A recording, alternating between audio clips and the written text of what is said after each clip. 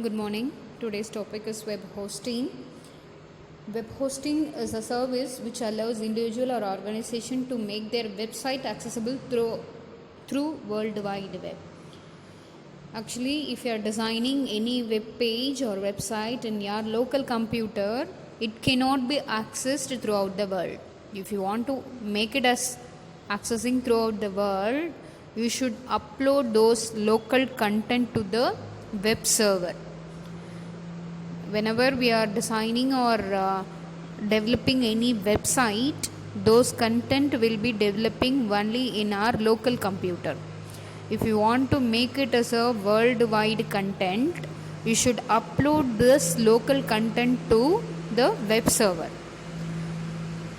That concept is called web hosting.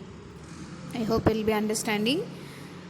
Will be designing some content. I already gave an assignment like design a like simple website or web page for displaying your bio data. I have given this assignment already. In that assignment, you will be developing a web page to display our bio data using HTML program that you'll be designing in your local computer. That can be seen, that web page can be seen or can be accessed only in a local computer. If you want to make it as world wide web, that is throughout the world everyone can access it, you have to upload that file into a web server. That concept is called web hosting. I hope you'll be understanding what is web hosting. Just look at this. Web hosting is a service which allows individuals or organization to make their website accessible through World Wide Web. Website is hosted on a special computer called web server, where we'll be hosting the website in a web server. If the site is hosted, user can access the website from anywhere in the world. To host a website, what are the things we need? We need a domain name, web space. Inside a web server, we should have a adequate memory to place the content. So we need domain name and web space to host our website. Web hosting provides various services like FTP, upload, email account, website building tool, database, etc. already available in our web hosting. With the help of this web hosting technique, we'll be uploading the local drive content to the web server. That is only web hosting. For hosting a particular website, we need domain name as well as we need web space to load the content. Now we'll move on to the next topic, web scripting. See, if you are taking a website, that website can be classified into two types. One is static website, another one is dynamic website. We have seen this already in the previous topic.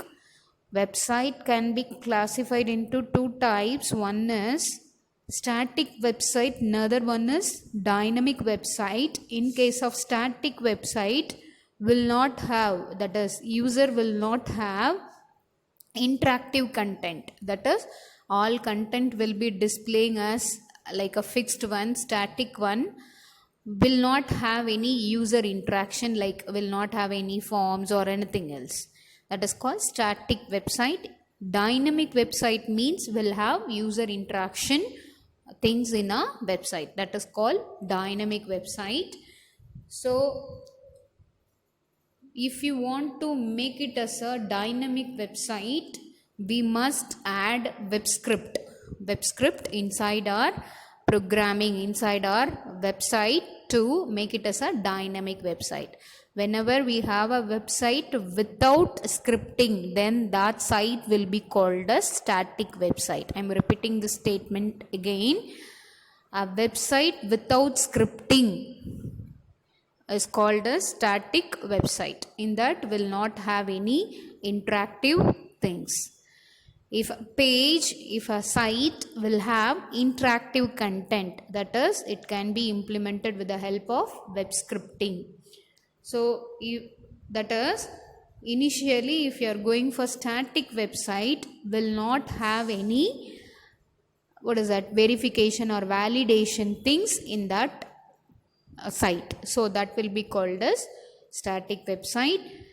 If we are implementing user reading content, or like user will be getting values from the user and will be doing some validation, like will be asking user to enter the mail ID or password or something else, will be reading from the user, or will be asking user to enter certain data, and if you are performing some validation, and based upon that validation, if you are displaying some message to the user, like you have submitted your details successfully, enter your name or enter your password, like such kind of information if you are collecting, and if you are validating that content, if that content is invalid content, if you are displaying a message, like if it is like a message saved successfully, submitted successfully, such kind of sites will be called as dynamic websites.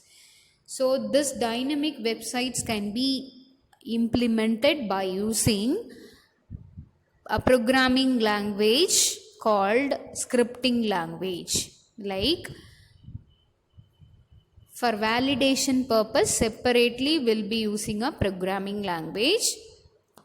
That programming language will be called a scripting language. Web scripting can be used for simple action like changing the button color when mouse is over on it, or to complex things like interactive online games. All those things will be using this web scripting. Dynamic content can be added to the website using scripting. As I said already, if I need to go for dynamic content, we'll be adding a scripting. For example, if user fills a registration form, it is good practice to validate the entries. Already I said this. This web scripting can be classified into two types. One is client-side scripting, another one is server-side scripting.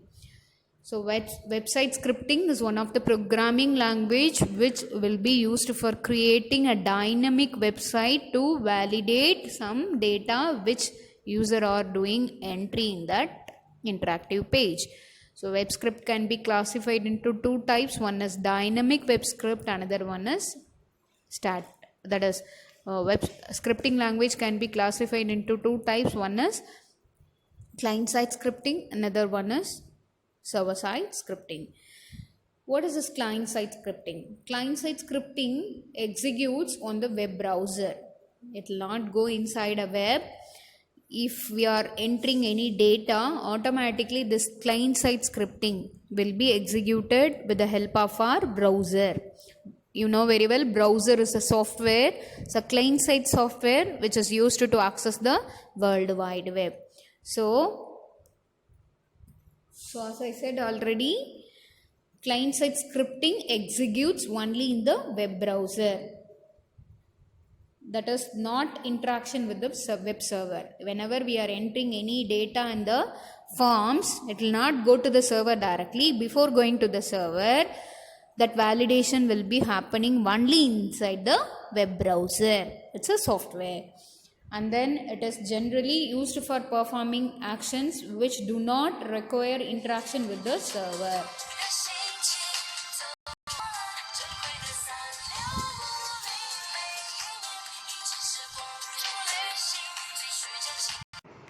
So scripting can be classified into two types. One is client-side scripting, another one is server-side scripting. So client-side scripting, which is used for validating the user content. Now we'll see in case of client-side scripting executes on the browser, that is not interaction with the web server.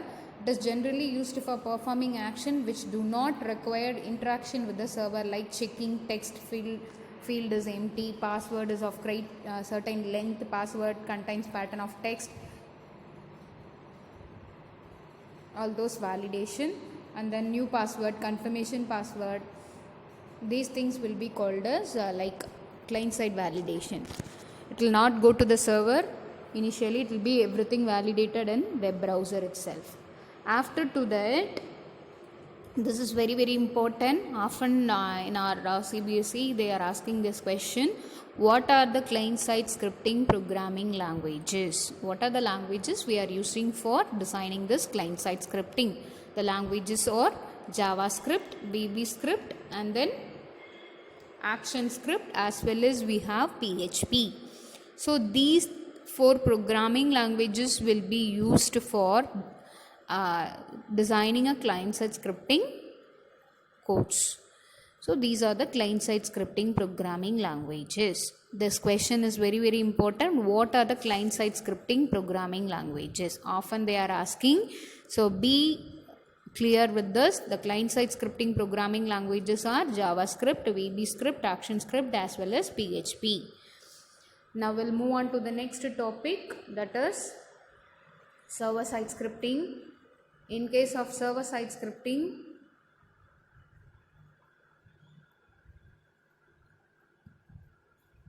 this type of scripting executes on the server, that is whenever user clicks on any button or interactive object, the request goes to the server and execute on the server, and response comes to the web browser. If I click on submit button, at the time of click on submit button, all the validations will be happening inside the web browser.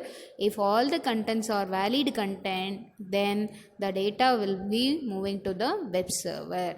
In web server, the data will be processed. After completing the process, again it will come back to the web browser. So this is the thing will be happening whenever we are doing any action with our website or anything else through internet. So server-side scripting is used for the action like validating the username and password, availability of user ID, submitting the information to store it in the database. See, if I just let me say one few example. If I go for Gmail, after click on the Gmail button, that is Gmail, after launching the Gmail site, if I am entering some Gmail ID, that Gmail ID will be taken and it will be sending to the server. In server, it will be validating whether the Gmail ID is a valid email ID or not. If that email ID is valid email ID, then that next password will be taken, and password also will be validated whether it is already available in the server or not. If it is available, our account information will be given back to the web browser, and that web browser will be displaying our information. If it is not, and then that intimation will be given back from the server to the web browser, and the web browser will be displaying this Gmail account is not a valid account. So such kind of things will be happening with the help of our server scripting. So popular server scripting languages are ASP, Active Server Page, JSP, Java Server Page, and then PHP, Hypertext Preprocessor. That is, as I said, client-side scripting languages are VB-script, JavaScript, and PHP. I said PHP is both client-side scripting as well as server-side scripting. This PHP programming language can be used for designing this client-side scripting, as well as it can be used as client-side scripting as well as server-side scripting. I hope this question also very, very important. They'll be asking what are the server-side scripting, or what is the difference between client-side scripting and server-side scripting. They'll be asking such kind of questions. Be clear with these questions. I hope you will be understanding what is web hosting, and then what is web scripting, what is dynamic site, and what is static site, and then what is client-side scripting, and what is server-side scripting. These questions are very, very important. Be clear with this. Next, we'll move on to the next topic, Web 2.0. Web 2.0 is representing second generation of World Wide Web. Initially, until now, what we have discussed, that is World Wide Web. We did not go for any generation, but Web 2.0 is a second generation of World Wide Web, where it moved static HTML pages to more interactive and dynamic web experiences. Initially it was static, now we have moved to dynamic content. This Web 2.0 is focused on ability for the people to collaborate and share information online via social media, blogging, web-based communities. So if you are going for Web 2.0, The main concept introduced in Web 2.0 is social networking. So you can remember this concept Web 2.0 easily by remembering social networking. The social networking concept was introduced in the second generation, that is Web 2.0. Web 2.0 is focused on ability for the people to collaborate and share information online via social media, blogging and web-based communities. Web 2.0 is pronounced Web 2.0. Facebook, Wikipedia, Google AdSense, Twitter are example of 2.0. Web 2.0. Popular technology used for these things are Ajax, jQuery, Silverlight, all those things, or the technologies will be using in this Web 2.0. You can remember this very easily. It's an advanced version of World Wide Web. That is, whenever the social media concept was introduced at the time, thus Web 2.0 also introduced. More interactive and dynamic, all those things, concepts implemented in this Web 2.0.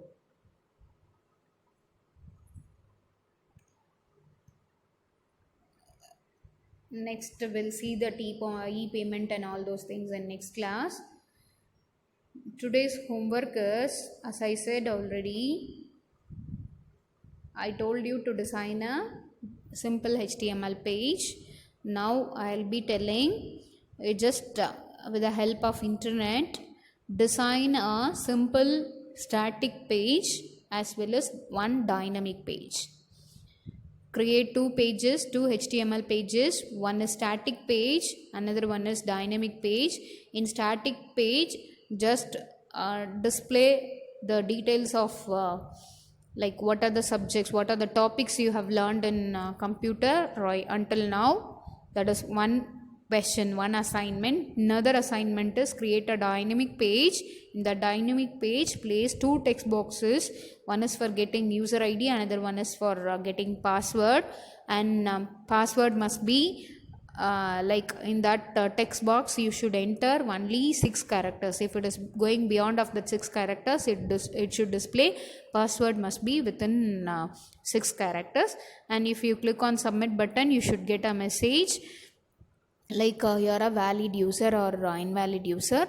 By giving proper, if user ID and password is perfect user ID and password, I should get a message like you are a valid user, or we should get a message like invalid user. That is your assignment. You should create two programs. One is based on static content, another one is based on dynamic content. In static content, you should display just what are the topics you have learned until now in computer science from unit 1 chapter 2. What are the concepts, all the concepts, what are the concepts you have learned until now, you have to mention all those things and display it on a web page. Next thing is dynamic page. In that you have to get user ID and password. You just place two labels, username and password. Nearer to that username, place a text box. You nearer to the password, place another text box, and down of these two things, place a submit button. If that password, no validation of username, only for password you should do validation. If that password is more than 6 characters, then it should display a message that password is more than 6 characters. If it is not, if you click on submit button, that user ID and password must be validated and it should display the user is valid user or not. That's all. This is your homework. Complete your homework and let me create a separate link in Google Classroom.